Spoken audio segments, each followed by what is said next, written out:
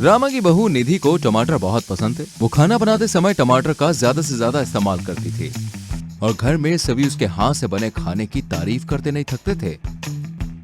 ऐसे ही एक सुबह, माँ जी, मैं सब्जी लेकर आती हूँ। ठीक है बहू, टमाटर ज्यादा ले लेना। वो क्या है ना, खाने में जब तू ज्यादा टमाटर डालती है, खाने का स्वाद ही बढ़ जाता है। सो तो है माँ जी। फिर निधि सब्जी लेने चली जाती है। भैया, एक फूल गोभी, एक लौकी, आधा पाव भिंडी और 2 किलो टमाटर दे दो। अरे 2 किलो टमाटर क्यों दीदी? घर में कौन फंक्शन है का? नहीं, खाने में डालने के लिए। कोई फंक्शन होता है तभी लेते हैं क्या टमाटर? नहीं, लगता है कोई बहुत अमीर है। फिर सब्जी वाला निधि के कहे अनुसार सब्जी दे देता है। ये लो दीदी, ये सब्जी के हुए 100 रुपए और टमाटर के हुए 400, कल 500। क्या तुम्हारा दिमाग तो ठीक है ना? अरे दिमाग तो आपका खराब है। पहले तो खुद 2 किलो टमाटर ले लिया, अब पैसे देने में नखरे कर रही हो। तुम अगर मुझसे जरूरत से ज्यादा भाव लोगे तो केस कर दूंगी। अरे ओ बहन जी, आप इनसे झगड़ा ना करो, वरना ये आप पर केस कर सकते हैं। पता है टमाटर के भाव आसमान छू रहे हैं। 20 रुपए किलो के टमाटर 200 रुपए किलो हो गए हैं। क्या इस टमाटर के भी भाव बढ़ गए? हाँ तो अब बताओ, दूं टमाटर? इससे इतना झगड़ा कर लिया है, अब नहीं लिया तो मेरी तो बीच बाजार में इज्जत की धज्जियां उड़ जाएंगी। दे दो, कितना भी महंगा हो, मैं तो टमाटर लूंगी ना। फिर निधि टमाटर लेके घर आ जाती है।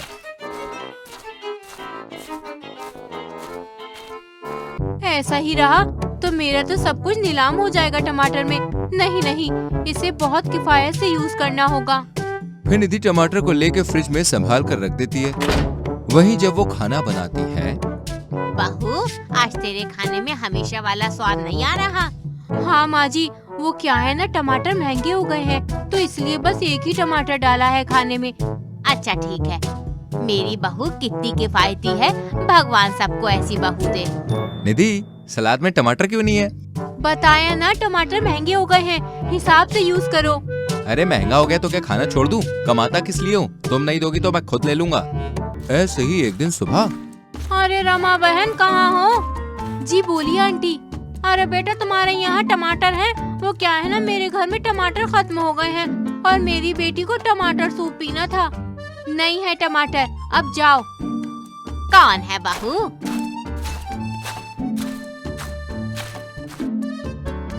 अरे आप आ गई बहन जी। देखो, आपकी बहू को तो पड़ोसी से बात करने की बिल्कुल तमीज नहीं है। आपके यहाँ टमाटर नहीं है तो प्यार से भी तो मना कर सकती है ना। बहू, अभी कल ही तो तूने 2 किलो टमाटर लिए थे और तूने उसे भी यूज नहीं किया। अब हम पड़ोसियों की मदद नहीं करेंगे तो कौन करेगा? बेचारी निधि अब करती तो क्या करती। ये लो टमाटर, अब दिखना भी मत चालू आंटी। हाँ। क्या माँ जी, आपको पता है 200 रुपए किलो है टमाटर और ये पड़ोसियों का तो काम ही है भीख मांगने का। हाँ, अब किसी को भी मुंह उठाकर मत दे देना टमाटर। ऐसा रहा तो 2 दिन भी नहीं टिकेंगे। एक काम करती हूँ, इन्हें लॉकअप में रख देती हूँ।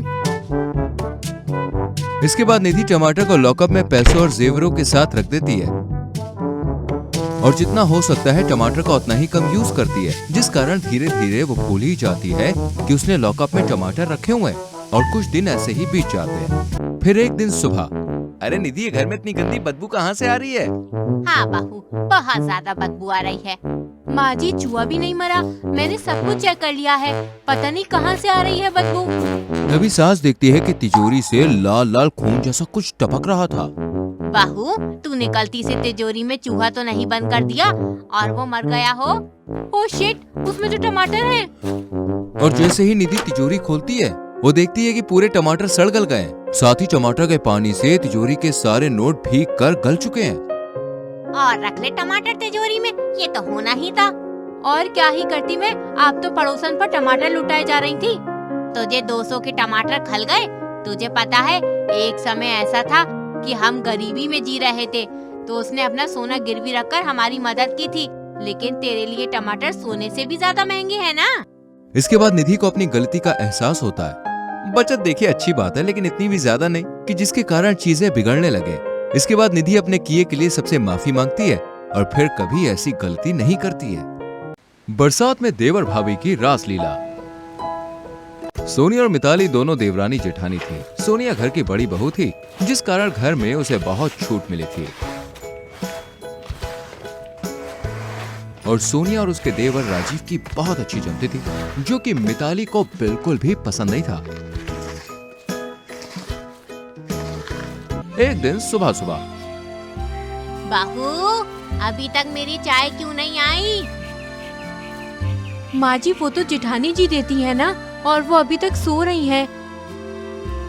तो क्या हुआ, तू भी तो घर की बहू है और अब देवरानी होने के नाते घर के सारे कामों की जिम्मेदारी तेरी है। सोनिया ने तो इतने सालों से घर और ऑफिस दोनों अच्छे से संभाला है, अब तू इतना तो कर ही सकती है ना। जी माँ जी। इसके बाद धीरे धीरे घर का ज्यादातर काम मिताली को करना पड़ता। वहीं सोनिया हमेशा मिताली की हर तरह से मदद करने के लिए आगे रहती, लेकिन मिताली को सोनिया से बहुत जलन होती थी। सोनिया घर की बड़ी बहू है, तो उसे कितनी फ्रीडम मिली है, वो यही सोचती। माँ, मैं सोच रही हूँ कुछ दिनों के लिए आपके पास आ जाऊँ। कैसी बात करती है बेटी, अभी नई नई शादी हुई है, ऐसे कैसे चली आएगी? क्या करूँ माँ, यहाँ तो बस मेरी जेठानी की चलती है, मेरी तो कोई सुनता ही नहीं है। इतना तक कि राजीव जी भी भाभी के गुण गाते हैं, सारी सैलरी उनके हाथों में थमाते हैं। वो जीन्स टॉप भी पहनती हैं तो कुछ नहीं, और मुझे कहते हैं कि नहीं हो अभी। बेटा, मुझे तो लगता है ये तेरी जेठानी की चाल है, अपने पति को संभाल कर रख, पता लगा कि तू पति से ही हाथ धो बैठी। इसके बाद से मिताली राजीव और सोनिया पर बहुत ज्यादा निगरानी रखती है। वहीं राजीव और सोनिया की अच्छी बॉन्डिंग थी। दोनों ऑफिस के लिए साथ निकलते, साथ में घर आते, वॉक पर जाते।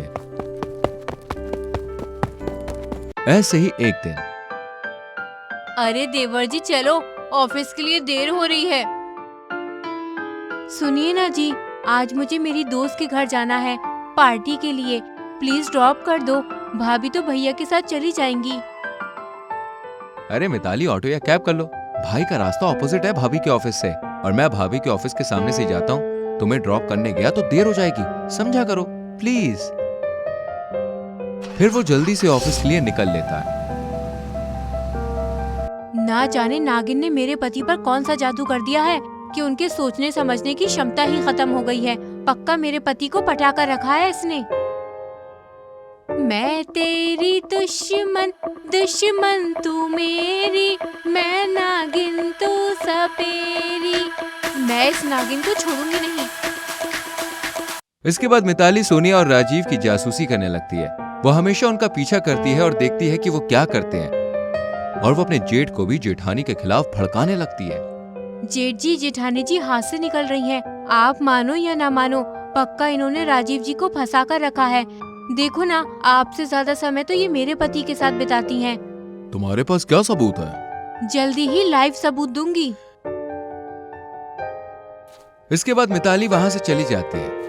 ऐसे ही एक दिन जब राजीव और सोनिया पार्क में टहलने जाते हैं, तभी अचानक से सोनिया के पैर में चोट लग जाती है और वो चल नहीं पाती। उसी समय बड़ी जोर की बारिश हो जाती है, जिस कारण राजीव सोनिया को गोद में उठा लेता है। तभी मिताली उसकी जासूसी करते हुए वहां पहुंच जाती है और सब कुछ रिकॉर्ड कर लेती है। तो यहाँ ये रासलीला चल रही है, मेरे पति पर हुस्न का जादू चलाया जा रहा है। इस चुड़ैल को तो मैं छोड़ूंगी नहीं। इसके बाद मिताली जाके सभी घर वालों को वीडियो दिखा देती है। देखो, ये है आपकी प्यारी बहू, अपने ही देवर के साथ मुंह काला कर रही है और सब मुझे बुरा समझते हैं। तभी सोनिया और राजीव भी वहां पे आ जाते हैं, और ये सब सुनकर वो बहुत शॉक्ड हो जाते हैं। तभी सास मिताली को एक जोर का थप्पड़ मारती है। तू किस पे आरोप लगा रही है? सोनिया बहू को देवी मान, आज उसी की वजह से तेरे पति की जान बची है। जहाँ ये लोग वॉक करने जा रहे थे, वहाँ एक सांप था जो कि राजीव को डसने वाला था।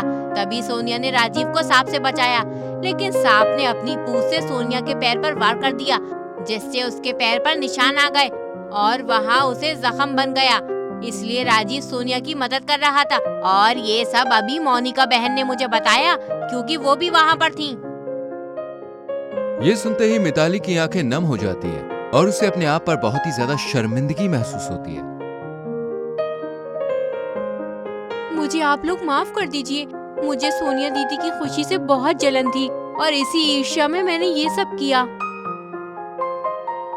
इसके बाद सभी मिताली को माफ कर देते हैं, जिसके बाद मिताली भी अपनी जेठानी से उतना ही प्यार करने लगती है जितना बाकी सब उसे मानते थे।